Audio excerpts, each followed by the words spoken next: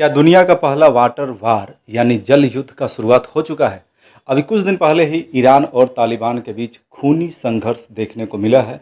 Map के माध्यम से दोस्तों आप पूरा विस्तार से समझ पाएंगे कि ये जो टकराव है ईरान और अफ़गानिस्तान के बीच, अब चूँकि अफ़गानिस्तान में 2021 से ही तालिबान का आतंकवादी सरकार कायम है।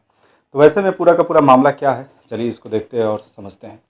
आपको ये बात तो पता ही होगा कि जलवायु परिवर्तन यानी क्लाइमेट चेंज की मार पूरी दुनिया झेल रही है। जो अलग अलग देश में जो नदियां हैं, नदियों में पानी घटते जा रहा है। जो अलग अलग स्थानों पे जो झील हैं, झरने हैं, ग्लेशियर हैं, उसमें काफ़ी कमी हो रहा है। ग्लेशियर का जो बर्फ़ है वो पिघल रहा है, जो झील है, झरने हैं, उसमें पानी का कमी हो रहा है। एक एग्ज़ाम्पल को लेते हैं ताकि उस एग्ज़ाम्पल के माध्यम से आगे आप चीज़ों को और अच्छे से समझ पाएंगे। अरल सागर, अरल सागर एक लैंड लॉक्ड सी है, आप कुछ ऐसा समझ सकते हैं। इसको हम एक झील के रूप में जानते हैं। अरल सागर, अरल सागर कहाँ पर स्थित है? तो इसका विस्तार उज़्बेकिस्तान और कजाकिस्तान यानी दो देशों में फैला हुआ है। आप इन तस्वीरों के माध्यम से समझने का प्रयास करें। ये सैटेलाइट इमेज है, नासा ने इसको जारी किया है कि अरल सागर किस तरीके से सिकुड़ रहा है। तो ये तो बस एक एग्जाम्पल है। आप कल्पना करें दुनिया के उन देशों का जहाँ पर ऐसे झील, नदियाँ बहुत ही कम हैं, जैसे कि ईरान और अफ़गानिस्तान। वो एक सूखा टाइप का क्षेत्र है और वहाँ पर क्लाइमेट चेंज का जो मार है बहुत ज़्यादा ही पड़ रहा है। तो वैसे में जो कुछ भी हुआ 2-3 दिन पहले, जो संघर्ष हुआ ईरान और तालिबान के बीच, जिसमें ईरान के 2 सैनिक मारे गए और अफ़गानिस्तान का एक तालिबान लड़ाका भी मारा गया, तो इसके पीछे जो मुख्य कारण है वो पानी ही है। तो चलिए चीज़ों को विस्तार से समझते हैं और उसके पहले भी कुछ पहले बुनियादी बात को करते हैं, कुछ बेसिक बात को करते हैं। सबसे पहले मैप में आप भारत को देखें, ये एशिया महादेश का दक्षिणी हिस्सा है।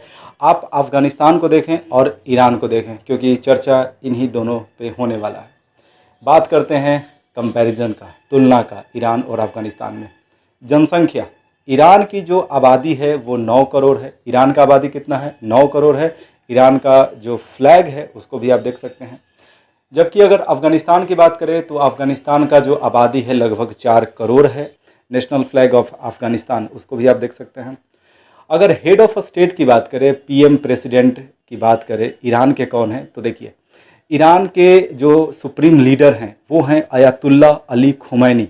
ईरान में 1979 में इस्लामिक क्रांति हुआ था। उसके बाद वहाँ का जो राजनीतिक व्यवस्था है उसके सर्वोच्च शिखर पर स्थापित है सर्वोच्च नेता, वो एक धार्मिक नेता हैं, वो हैं अयातुल्ला अली खुमैनी।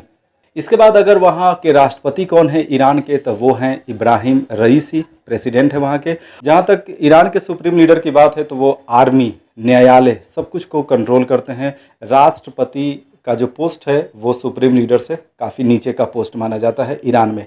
अब बात करते हैं अफ़गानिस्तान। अफ़गानिस्तान में नए प्रधानमंत्री का नियुक्ति किया है तालिबान ने इसी महीने में, और नए प्रधानमंत्री का नाम है अब्दुल कबीर।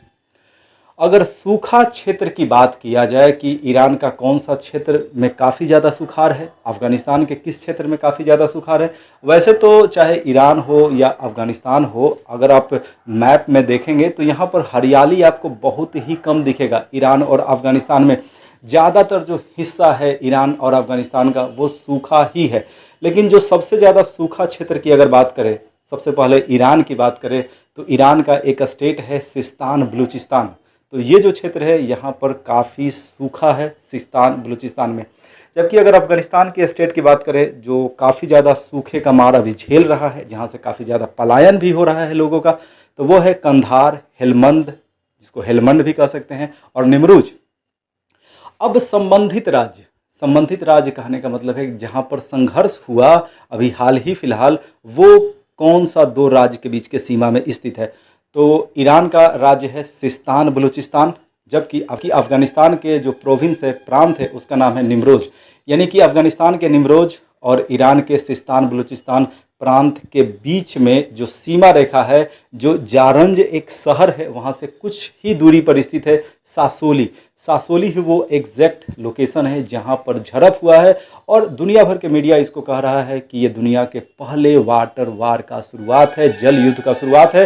तो अब तो देखने वाली बात है कि आगे क्या होता है, इस लड़ाई का विस्तार होता है या नहीं होता है, इसको अभी हम और ज़्यादा विस्तार से समझने का प्रयास करेंगे। जहाँ तक सिस्तान बलूचिस्तान की बात है तो वहाँ पर एक नेचर रिजर्व हुआ करता था, जहाँ पर जीव जंतु हरियाली वगैरह था, वो अब एक रेगिस्तान में बदल चुका है। हम डाटा बहुत सारा देखेंगे, आप पूरा विस्तार से चीज़ों को समझ पाएंगे। इस मैप को जरा आप गौर से देखें, ये है पाकिस्तान का बलूचिस्तान राज्य। पाकिस्तान का बलूचिस्तान राज्य जो पाकिस्तान का सबसे बड़ा प्रोविंस है, सबसे बड़ा राज्य है। पाकिस्तान के बलूचिस्तान राज्य का सीमा साझा होता है ईरान के सिस्तान बलूचिस्तान राज्य से, यानी कि ईरान का सिस्तान बलूचिस्तान और पाकिस्तान का बलूचिस्तान, दोनों जो ईरान और पाकिस्तान के राज्य हैं रेस्पेक्टिवली, वो काफ़ी सटे हुए हैं। आप यहाँ से एक बात और समझ सकते हैं कि बलूच जाति के जो लोग हैं ईरान और पाकिस्तान दोनों देशों में फैले हुए हैं, तो ईरान और पाकिस्तान के बीच संघर्ष का भी ये एक कारण रहा है।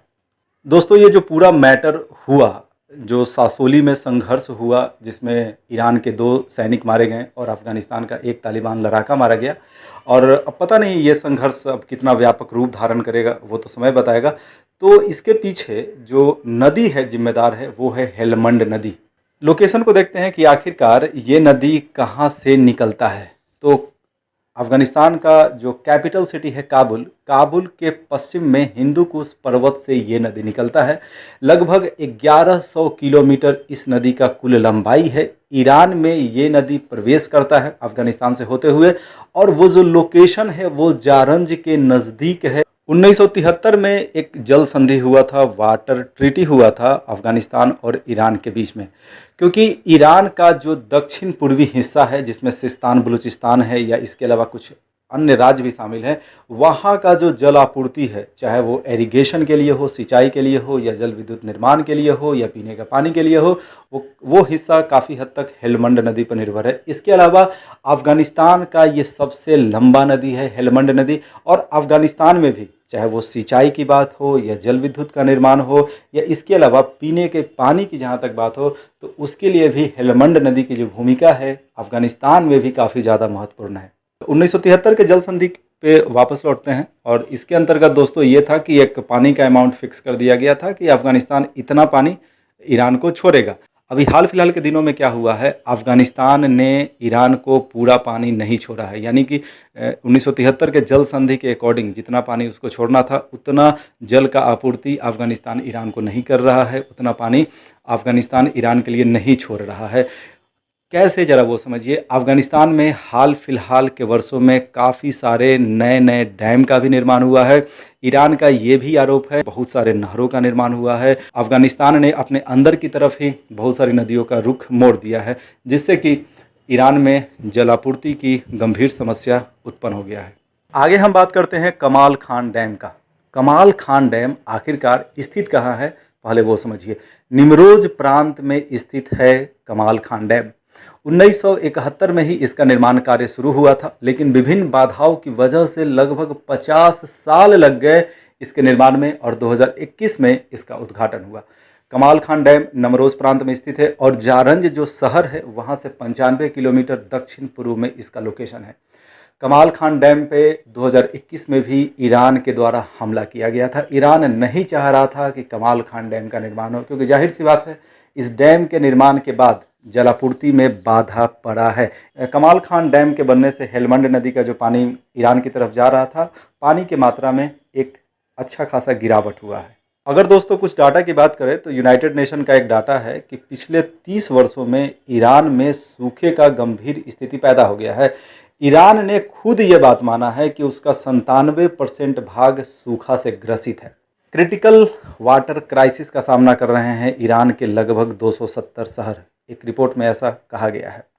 अब इसका मतलब ये हुआ कि पानी का जो समस्या है ईरान में एक बहुत ही गंभीर समस्या बनते जा रहा है, और आने वाले दिनों में ये समस्या और भी ज़्यादा विकराल रूप धारण करने वाला है, क्योंकि क्लाइमेट चेंज इसके पीछे सबसे बड़ा कारण है।